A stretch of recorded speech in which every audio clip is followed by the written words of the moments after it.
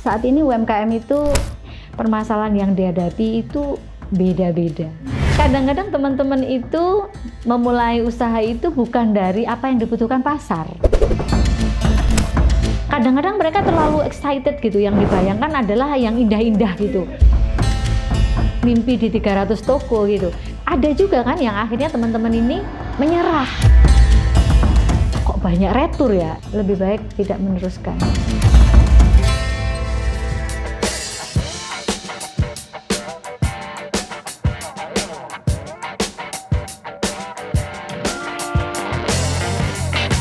Perkenalkan, saya Wulan. Saya adalah pemilik dari PT Makbul Abadi Sentosa yang bergerak di bidang distribusi produk-produk UMKM. Saya memilih distribusi UMKM ini karena saat ini UMKM itu tidak ada yang berfokus kepada distribusi. Mereka kebanyakan hanya berfokus kepada produksi dan kemudian mendistribusikannya produknya masing-masing juga, sehingga di sini kami melihat ada celah yang bisa kami ambil. Dengan berfokus pada distribusi, kami bisa banyak membantu teman-teman UMKM lainnya untuk memasarkan produknya dengan lebih baik, bisa lebih luas jangkauannya, bisa lebih efisien biayanya, dan juga bisa bernegosiasi atau punya daya tawar yang lebih baik kepada toko. Selama ini biasanya mereka titip jual dengan tempo yang sangat lama. Dengan cara berkolaborasi bersama ini kami mempunyai daya tawar yang lebih baik gitu, Mas. Saya punya pengalaman sebelum masuk ke distribusi Makbul ini, saya banyak bergerak di bidang ekspor kerajinan. Itu cukup membuat saya confident.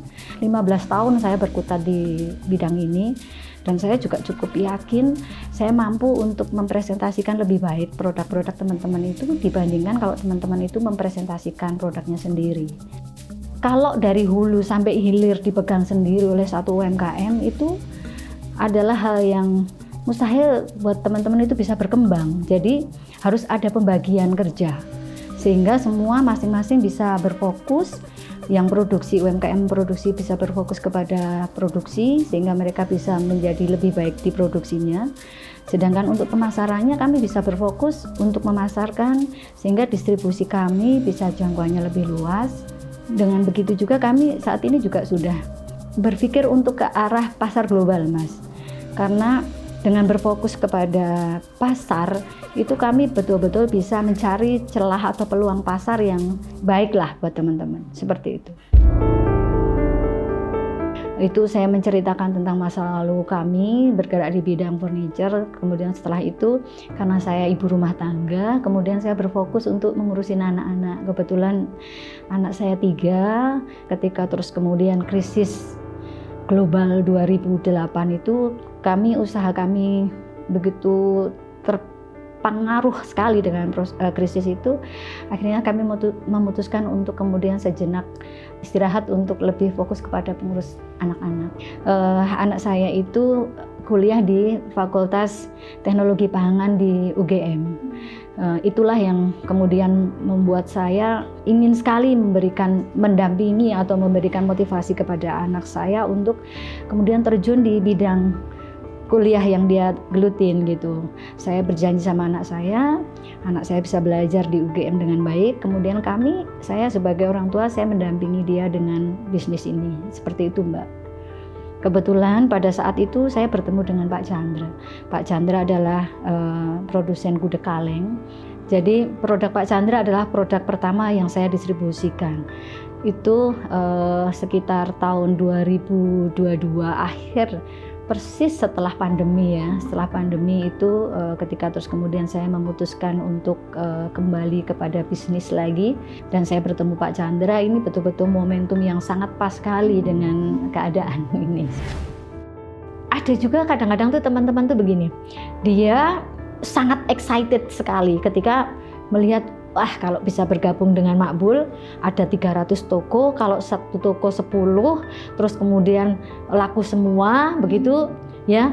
Kadang-kadang mereka terlalu excited gitu, yang dibayangkan adalah yang indah-indah gitu, yang baik-baik, yang bagus-bagus gitu. Tapi kemudian setelah dibenturkan di pasar, ternyata kok respon pasar kan belum tentu sama seperti yang diharapkan. Ada juga kan yang akhirnya teman-teman ini menyerah. Terus kemudian dia nggak siap dengan masa uji coba yang tidak singkat itu, seperti itu. Sehingga mungkin juga karena persiapan modal yang tidak cukup juga, itu akhirnya mereka menyerah dan Mbak, saya lebih baik tidak meneruskan. Seperti itu juga ada, meskipun saya selalu memberikan motivasi, kita coba. Makanya dari pengalaman-pengalaman yang tidak mengenakan tersebut, kita coba dulu 10 toko dulu lah, jangan terlalu mimpi di 300 toko gitu. Jadi kalau 10 toko kan permodalan yang dibutuhkan nggak banyak, kalau ada masalah juga bisa diselesaikan di 10 toko itu. Nah, harapan saya dengan memulai dari yang sedikit tadi, setelah bisa lolos dari yang 10 toko tadi, kemudian baru bisa di scale up untuk kemudian ditambahin lagi 10 toko berikutnya, ditambah lagi 10 toko berikutnya. Berproses gitu. Kami pun juga tidak terbebani dengan beban yang tidak enak kepada teman-teman UMKM ketika produknya itu kok banyak retur ya. Itu buat saya juga menjadi pukulan tersendiri gitu. Saat ini ada hampir sekitar 50-an item ya yang kita distribusikan, cukup banyak dan tersebar tidak hanya dari teman-teman UMKM di Jogja saja. Produk-produk itu juga berasal dari area luar Jogja, bahkan ada yang dari Malang, ada yang dari Jember, ada yang dari Rembang, ada yang dari Kebumen. Jadi tersebar luas sebenarnya, ada yang dari Karawang, ada yang dari Jakarta. Salah satu teman itu yang dari Bitung, saya cukup merasa bangga ya, artinya Makbul ini sudah bisa membantu teman-teman nggak cuma di area sekitar Jogja saja, ternyata teman-teman itu sudah getok tular sampai ke Jakarta, sampai ke Malang, dan mereka pengen sekali bergabung dengan Makbul dan kita bantu untuk memasarkan di area Jogja dan Solo ini, seperti itu Mbak. Kalau kami lebih berfokus kepada distribusi offline, jadi kami bekerja sama dengan toko-toko oleh-oleh, dengan toko-toko retail, itu benar-benar canvassing. Jadi kami dari door to door menawarkan produk satu ke yang lainnya, terus begitu Mas bertumbuh. Mulai ini ya, setelah offline ini alhamdulillah bisa berjalan baik gitu, kami juga mulai mengkolaborasikan ini dengan untuk bisa memasarkan secara online. Kadang-kadang teman-teman itu memulai usaha itu bukan dari apa yang dibutuhkan pasar, tapi lebih kepada apa yang bisa saya buat gitu. Nah, ini tuh tentu butuh effort yang sangat besar sekali gitu. Kadang-kadang mereka cukup percaya diri banget bahwa produkku ini enak loh, produkku ini bagus loh. Seperti itu tuh kadang-kadang butuh diskusi panjang gitu. Saya sampaikan, saya jelaskan, itu memang butuh ya Mbak, pendekatan lebih personal kaitannya dengan seperti itu. Saya ambil contoh, saya punya produk UMKM, salah satu produknya itu kerupuk cumi. Sebenarnya permintaan pasarnya bagus banget, unik gitu. Kerupuk warnanya hitam, rasanya enak gitu. Kalau dikemas dengan kemasan yang bening kan menarik nih. Hanya saja masalahnya ketika dikemas dengan kemasan bening, dia kan nggak awet. Umur simpannya hanya 3 bulan maksimal paling gitu ya gitu. Kayak tadi kerupuk cumi itu kita juga diskusi panjang masalah kemasan. Jadi ada beberapa teman-teman yang cukup welcome untuk diberi masukan, kemasannya sebaiknya seperti ini, atau kalau misalnya mereka bertahan, itu biasanya kami lakukan oke deh, kita ambil dua-duanya, kita coba pasar, nanti mana yang lebih laku gitu. Karena kayak tadi saya bilang masalah kemasan, di Jogja itu pasar itu lebih menyukai kemasan yang pouch printing, jadi produknya nggak kelihatan. Tapi di Solo mereka lebih suka produk yang bening gitu, jadi produknya kelihatan. Jadi memang beda-beda banget karakteristik dari pasar maupun karakteristik dari si UMKM. Jadi kami itu benar-benar harus pendekatannya personal banget. Mungkin di sini yang menjadi tantangan buat Makbul sebenarnya. Saya memang lebih senang sekali memberikan pendekatan secara personal kepada teman-teman, karena yaitu tadi sekali lagi permasalahan yang dihadapi itu beda-beda. Nah, jadi karena latar belakang permasalahan yang beda-beda itu tidak bisa terus kemudian kita pukul rata bahwa semua teman-teman itu harus mengikuti training, misalnya training tentang kemasan. Ternyata belum tentu teman-teman ini butuh itu teknologi. Mungkin ada yang butuh teknologi tentang pengolahan pangan ya. Seperti itulah Mbak, itu betul-betul kasus per kasus ya. Saya punya mimpi besar ya Mas. Kita sendiri itu bukan apa-apa, kita sendiri itu bukan siapa-siapa. Dengan bersama-sama, akhirnya kita bisa tumbuh bareng, tumbuh bersama, gede bersama.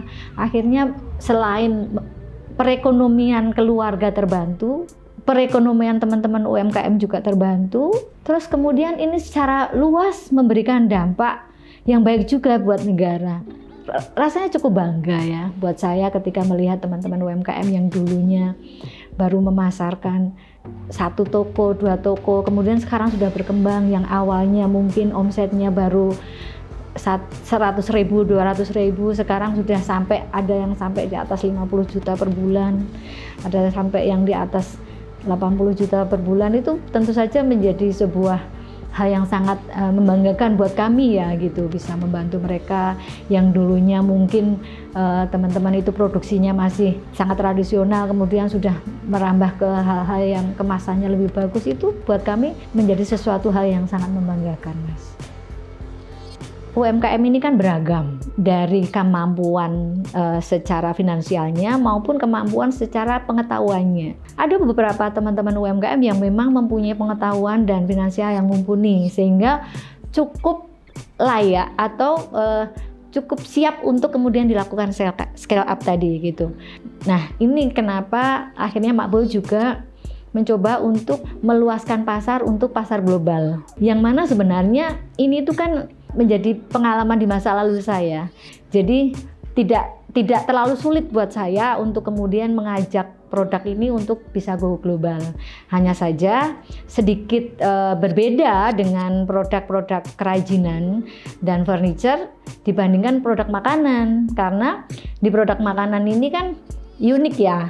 Jadi selain dia mempunyai taste yang beragam, di tiap negara juga beda-beda, perizinan itu yang membuat ini menjadi tidak mudah. Ada hal yang sangat menantang buat saya, bagaimana bisa mengantarkan teman-teman UMKM ini untuk bisa menembus pasar global. Kita bekerja sama dengan kementerian-kementerian, mereka kan juga memberikan pelatihan-pelatihan, baik pelatihan dalam bentuk pengetahuan tentang kemasan, tentang perizinan, terus kemudian tentang kelayakan produksi, sehingga benar-benar harapan saya kalau teman-teman ini berfokus pada produksinya lebih maksimal, kami yang di area distribusi dan pemasaran juga akan lebih bisa fokus dan konsentrasi untuk memperbesar dan memperluas pasar, seperti itu. Saat ini juga kami mendapatkan undangan dari KJRI Jeddah untuk bisa mengikuti pameran di Jeddah. Saya juga harus mengukur kemampuan teman-teman UMKM, adakah produk-produk yang memang sudah cukup layak untuk dibawa ke sana. Tapi kalau melihat dari beberapa teman-teman UMKM kami, seperti misalnya Gudeg Tulis, saya tadi sampaikan, ini secara kelengkapan perizinan maupun kelayakan produksi, kelayakan produknya itu sudah mumpuni sekali. Nah, yang seperti inilah yang kemudian kami siap untuk kita ajak go global. Mimpi besar saya itu Makbul bisa membersamai teman-teman, gak cuma di Jogja, bahkan di seluruh Nusantara. Saya punya mimpi suatu ketika nanti ada sentra oleh-oleh, entah di Jogja, entah di mana, yang itu terkoneksi semuanya. Produk-produk teman-teman ada di situ semuanya, bisa memberikan kemanfaatan, terutama sekali kemanfaatan pribadi buat teman-teman, buat keluarga mereka. Terus kemudian karena usaha mereka berjalan, anak-anak mereka bisa sekolah dengan baik, bisa kuliah di tempat yang baik, kehidupan mereka menjadi lebih sejahtera. Buat saya itu sebuah hal yang luar biasa. Dan kalau itu dilakukan bersama-sama, setiap UMKM mempunyai mimpi yang sama, nanti insya Allah ya Mas, Indonesia ini akan menjadi lebih sejahtera juga. Harapan kami mulailah dari diri sendiri yang kecil ini, karena membangun negara, membangun negeri ini tidak bisa dilakukan sendiri oleh pemerintah. Justru dari pengalaman kita, justru kita yang kecil inilah yang bisa bertahan melalui semua kesulitan. Maka saya pengen sekali mengajak teman-teman, mari kita bergandengan tangan. Kita saling support, saling membantu satu dengan yang lainnya. Karena masing-masing itu mempunyai keunikan sendiri-sendiri, masing-masing punya kelebihan sendiri-sendiri, di mana dengan kelebihan masing-masing itu bisa saling melengkapi, bisa saling berkontribusi untuk kemudian bisa bergandengan tangan untuk tumbuh dan besar bersama. Bersama bermetamorfosa.